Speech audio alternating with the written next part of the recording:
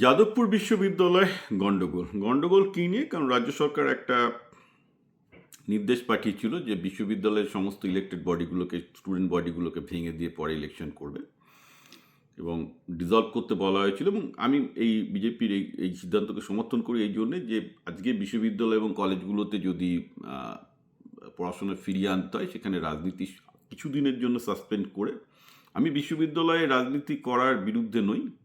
আমি এর আগেও বলেছি বিশ্ববিদ্যালয়ে রাজনীতি চলুক, কিন্তু সেখানে কোনো পার্টির রাজনীতি যেন না ঢোকে। সেখানে ইন্ডিপেন্ডেন্ট রাজনীতি চলবে, কিন্তু পার্টির রাজনীতি ঢোকা মানেই হচ্ছে সেখানে কোনো রাজনীতির চর্চা হয় না। আজকে আপনি আজকে কী হয়েছে, আমরা দেখলাম যে এভিপি সেটা বন্ধ করতে গেছিলো। অর্থাৎ কী হয়েছে যে বেসিক্যালি ওই নির্দেশিকাটা রাজ্য সরকার, মানে বেসিক্যালি সিপিএমের বা কোনো বামপন্থী সংগঠন মানেনি, না মেনে তারা জেনারেল বডি মিটিং ডাকে, যেটা উচিত হয়নি। It was against the state government directive.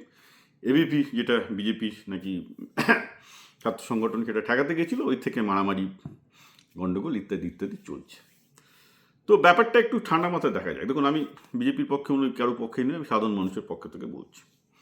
Jadavpur কারা পড়তে যায়? গরিব ছেলে মেয়েগুলো পড়তে যায়, তাদের কেরিয়ার দরকার। ভাই, তাদেরকে পলিটিক্স করতে পড়তে চায় না। যারা ইঞ্জিনিয়ারিং ফ্যাকাল্টিতে যাদবপুরে পড়তে যায়, সবাই কেরিয়ারের জন্যই পড়তে চায়। I know them enough. Okay, art ফ্যাকাল্টিগুলোতে পড়তে যায়, তারা রাজনীতি করে। কেন করে? কারণ রাজনীতি না করলে তারা খেতে পাবে না, চাকরি পাবে না, সোজা কথা, আর কোনো কারণ নেই।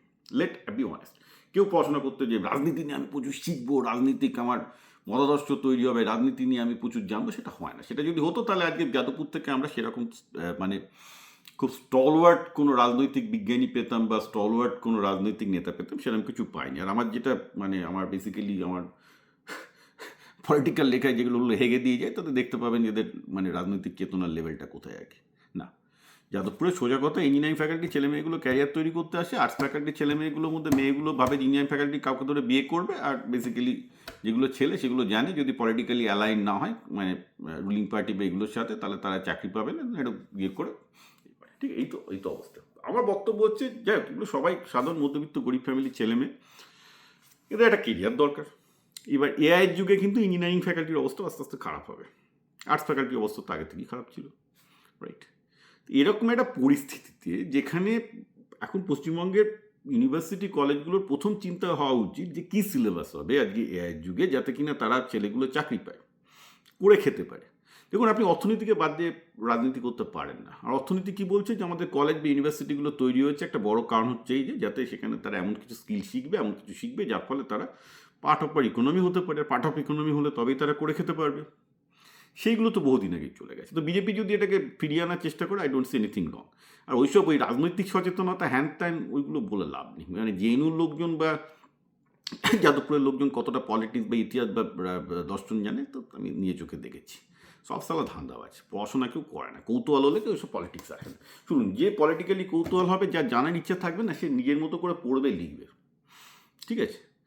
যার ওই রকমভাবে অ্যাকচুয়ালি ক্ষমতা দখল করার ইচ্ছা আছে, তারা মাঠে নেমে রাজনীতি করে, উইচ ইজ নাথিং ব্যাড। কারণ গণতন্ত্রে ওটাই দিয়েছে, এবং ওই জন্য আমি গণতন্ত্র পছন্দ করি না। Ultimately it become a muscle পাওয়ার। যার কত মাসল আছে, সেটাই আমরা যাদবপুরে আপনি দেখছেন, যে যার মতো মাসল ফোলাচ্ছে। It's not a very productive thing for the people. ঘটনাটা হচ্ছে, একটা জিনিস খুব স্ট্রেট ফরওয়ার্ডলি আপনারা মনে রাখবেন, সেটা হচ্ছে এই যে বেসিক্যালি ধান্দাবাজ বেরোয়, পলিটিক্যাল নেতা বেরোয় না। কানায়া কুমারকে দেখুন, কানায়া কুমার নাকি জেএনইউর একসময় খুব বড় বামপন্থী নেতা ছিল। কী হলো? প্রথমে সিপিআই গেল, তারপর এখন ঢুকে ঠিক কংগ্রেসে ঢুকে গেছে। কারণ কংগ্রেসে ঢুকলে একটু খেতে পড়তে দানি পানি পাবে। অ্যাটলিস্ট কংগ্রেসের 3টে সিট আছে, মানে 3টে রাজ্যে কংগ্রেস ক্ষমতায় আছে, দানা পানি একটু দিতে পারে। সিপিআই সেটাও দিতে পারবে না, ফলে চলে গেছে সেটা। ঠিক আছে, মিনাকি ফিনাকি যেগুলো যাদের জেএনইউ থেকে যে মালগুলো বেরিয়ে আজকে পশ্চিমবঙ্গের করছে, একটু দুদিন ওয়েট করুন।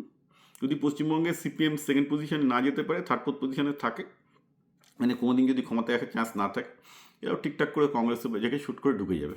মোটামুটি অ্যালাইনমেন্ট যেতে হয়। ক্ষমতা সবাই চায়, কিছু করার নেই। ক্ষমতার জন্যই রাজনীতি করছে। রাজনৈতিক চেতনা বাড়বে, রাজনীতিকে বুঝবো, সত্যি করে বুঝবো, ওটা বোগাস গল্প। ঠিক আছে, ওটা যদি সত্যি হতো, যে রাজনীতিকে বোঝার চেষ্টা করবে, সে সেটা নিয়ে পড়াশোনা করবে, জানার চেষ্টা করবে, ইতিহাস পড়বে, এর দর্শন পড়বে। হয় না। আমার বক্তব্য, এদেরকে নিয়েও নেই, এগুলো সব ধান্দাবাজি গোষ্ঠী। যেটা দরকার সেটা হচ্ছে এই যে গরিব ছেলেমেয়েগুলো, মধ্যবিত্ত নিম্ন মধ্যবিত্ত ছেলেমেয়েগুলো এসছে, হ্যাঁ, এদের বাড়িতে একটা আশা, ছেলেটা যাদবপুরে চান্স পেয়েছে, একটা ভালো চাকরি পাবে, একটা ভালো কেরিয়ার দেবে, বাড়িটা একটু ভালো খেতে পড়তে পারবে, বাড়িটা একটু ভালো অবস্থা হবে। এই আশাটা ভঙ্গ করবেন না। আমি চাই যে এরা ভালো করুক লাইফে, ভালো জায়গায় পৌঁছাক।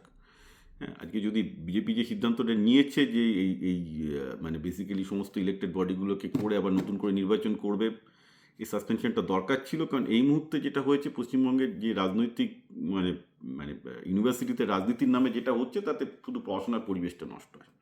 And this is a tradition of Leninism. আবার আমি লেনিনকে গালাগাল দেবো, কারণ এই যত রকমের বাজে কাজ, হিংসাত্মক কাজ করার জাস্টিফিকেশন লেনিনই দিয়েছিল, সেটা পরে ফ্যাসিজম নিয়েছে।